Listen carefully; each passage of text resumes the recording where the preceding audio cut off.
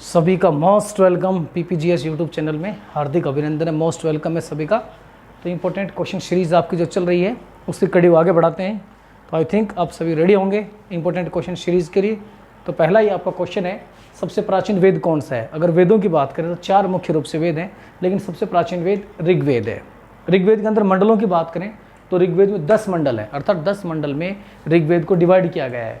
अगर हमें आर्यों के बारे में जानकारी प्राप्त करनी है तो आर्यों के बारे में जो जानकारी मिलती है वो हमें इसी ऋग्वेद से मिलती है। नेक्स्ट, रूस पर आक्रमण करने के कारण किसका पतन हो गया था? देखिए, रूस के ऊपर आक्रमण करने के कारण नेपोलियन बोनापार्ट का पतन हो गया था, जिसने लगभग संपूर्ण यूरोप को जीत लिया था। और नेपोलियन बोनापार्ट ने कहा था nothing is impossible in this world. मुख्य रूप से इसके पतन का एक मुख्य कारण और था वाटरलू का युद्ध। बांग्लादेश के साथ सीमा बनाने वाले राज्य, देखिए भारत जो अंतर्राष्ट्रीय सीमा बनाता है उस अंतर्राष्ट्रीय सीमा के अंदर सबसे बड़ी जो सीमा बनाता है वो बांग्लादेश के साथ बनाता है। अब उसके अंदर जो राज्य लगते हैं त्रिपुरा, मिजोरम, असम, मेघालय, पश्चिम बंगाल, ये राज्य लगते हैं जिनके साथ वो सीमा बनाता है। और सबसे लंबी अंतर्राष्ट्रीय सीमा की बात करें तो भारत सबसे लंबी अंतर्राष्ट्रीय सीमा बांग्लादेश के साथ बनाता है और सबसे छोटी सीमा अफगानिस्तान के साथ बनाता है। औरंगजेब किस धर्म का अनुयायी था? मुख्य रूप से औरंगजेब सुन्नी धर्म का अनुयायी था। सुन्नी धर्म, शिया और सुन्नी दो थे उसमें।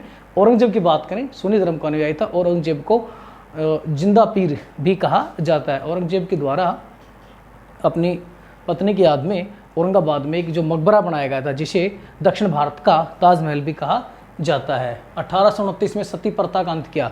तो 1829 में सती प्रथा का अंत किया था लॉर्ड विलियम बेंटिक, अर्थात लॉर्ड विलियम बेंटिक के द्वारा सती प्रथा का अंत किया गया था। और ये प्रथा का अंत किया गया 1829 में।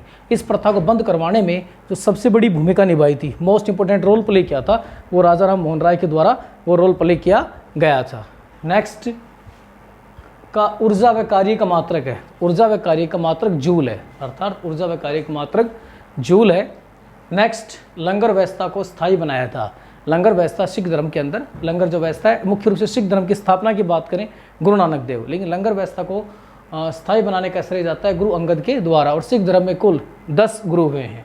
नेक्स्ट, वायुमंडल में आर्गन की मात्रा होती है। देखिए, वायुमंडल के अंदर ऑर्गन की मात्रा 0.93 ऑर्गन की मात्रा होती है। मुख्य रूप से सर्वाधिक मात्रा में नाइट्रोजन गैस पाई जाती है। और ऑक्सीजन की बात करें तो 21%, लगभग 21% ऑक्सीजन पाई जाती है। हेली धूमकेतु कितने वर्षों में दिखाई देता है? लगभग ये 76 वर्षों के बाद, 76 वर्षों के बाद दिखाई देता है। अगर पिछली बार दिखाई दिया था 1986 में, अब नेक्स्ट दिखाई देगा 2026 के अंदर दोबारा दिखाई देगा। तो लाइक और शेयर करने में आप बिल्कुल कमी नहीं छोड़े, तुरंत आप लाइक, शेयर और सब्सक्राइब तुरंत करें चैनल को।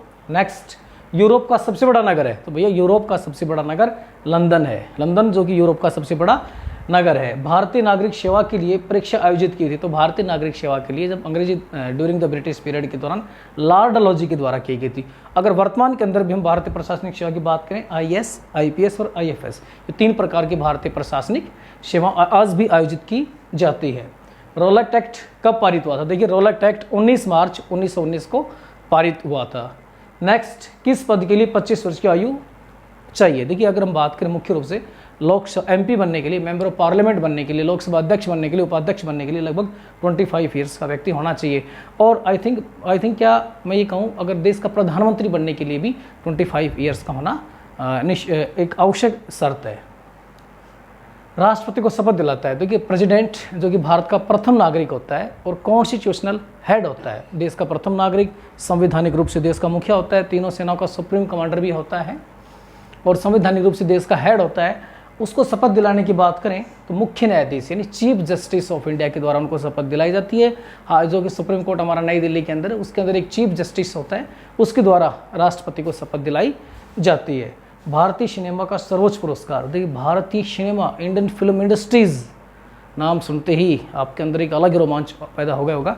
तो भारतीय फिल्म इंडस्ट्रीज के अंदर सबसे बड़ा जो पुरस्कार दिया जाता है वो पुरस्कार दादा साहब फाल्के पुरस्कार दिया जाता है। भारतीय सिनेमा के अंदर अच्छा कार्य करने वाले व्यक्ति को दादा साहब फाल्के पुरस्कार के द्वारा सम्मानित किया जाता है। और नेक्स्ट इससे रिलेटेड तो आई थिंक बहुत बेस्ट क्वेश्चन सीरीज़ है। और अगर आपको एफर्ट्स लग रहा है तो लाइक शेयर करने में आप बिल्कुल भी कमी नहीं छोड़ें। वंदे मातरम, जय हिंद।